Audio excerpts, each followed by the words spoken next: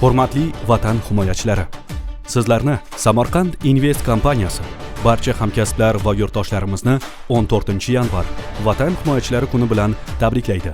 Tinchlik va xavfsizlik yo'lida xizmat qilayotgan har bir qahramonga chuqur minnatdorlik bildiramiz. Jasorat va fidokorliklari uchun e'tirof. Barchangizga sog'lik va baxt tilaymiz.